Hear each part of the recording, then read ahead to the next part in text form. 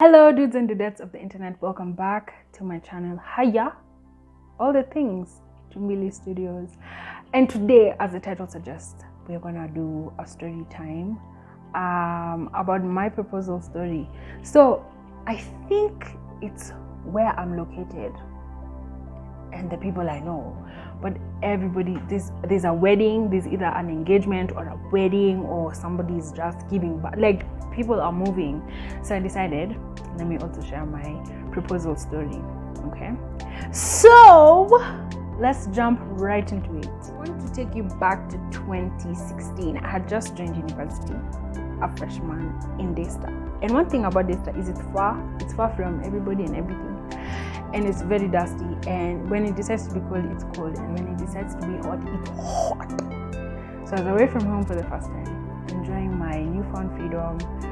We still had a curfew, so you had to be in the rooms at 11 p.m. But 10:59 like this, that's when I was just getting into the rooms. So I'm enjoying myself, meeting new people, experiencing new things, just enjoying campus, uni, whatever you want to call it. It's not something. Now, a few years earlier, I met this friend. Let's call him Joe. Joe kind of liked me. I knew he liked me. It's just a way you know.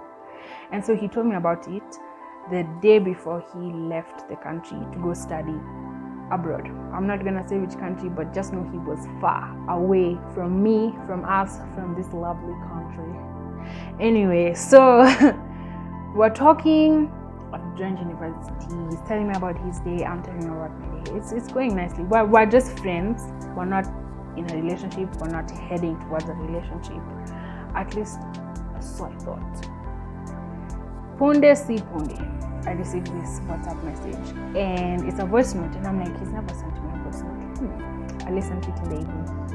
So in the evening, I go listen to it, and he begins with these poetic lines about how beautiful I am, and oh, I'm this, oh, I'm that, and I was like, oh, this is so sweet, thank you, until he starts talking about how basically what he said was he's making sacrifices for us, and he knows that I will be a great mom to our children, and he's going to give me all the time I need to respond. Basically, he proposed to me. So obviously, you'd expect me to be like,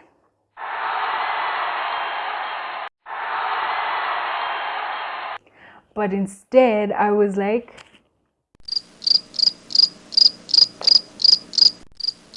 because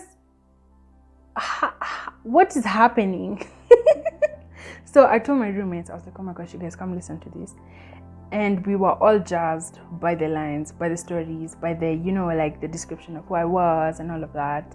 And then we got to the proposal part, and they were just like, oh, okay. So he said he'd give me all the time, right? So I asked for advice from wise women, from people who I looked up to. And I ended up having a response. I typed everything out because I'm a person of words. So I typed everything out because I didn't want to break his heart. I wanted to respond with the respect that this situation deserves. You feel me? Hey. So I've written the letter, but I'm like, I don't feel like this is the right time to respond. I feel like there's something holding me back. So I just waited. So someone asked me, do you know his plans? Like, you feel like something's holding you back, but do you know everything you need to know to respond? And I was like, actually, no, I don't know his plans for life, because we don't talk about life things. We just talk about, how was your day good? How was my day good? What did you do this? What did I do? We were not in a relationship, So I actually texted him. I was like, I know you told me that you've given me enough time to respond, but I just have a few questions. Like, what are you studying? You guys, I didn't even know what you were studying. Like, that's how not in a relationship we were. What are you studying? Are you coming back home?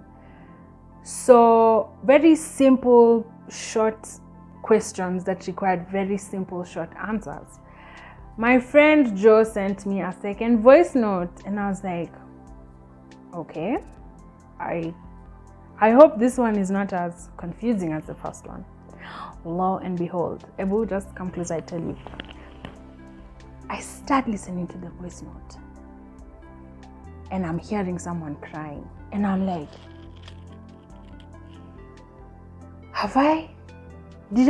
was it something I said? What is happening? So he's actually crying, and I'm like, why are you crying? Why are you crying? Why are you crying? And he was like, because I feel bad.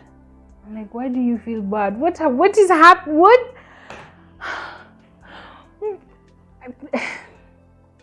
I'm like, why do you feel bad? Because I can't do this.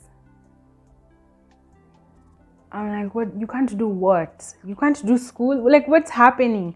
No. I'm just, I can't do this because I'm not ready. You're not ready for what? For my proposal. I'm not ready because, and he started giving me reasons. So I asked him, are you unproposing? He's like, I guess I am.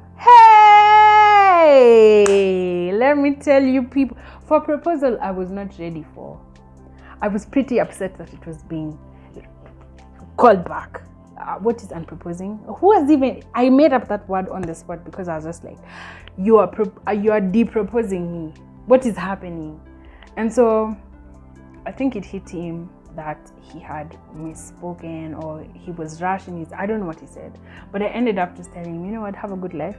I took your offer seriously. I was actually trying to respond to you in a respectful way, but it kind of made sense at that point why I didn't feel like I was ready to respond with a letter.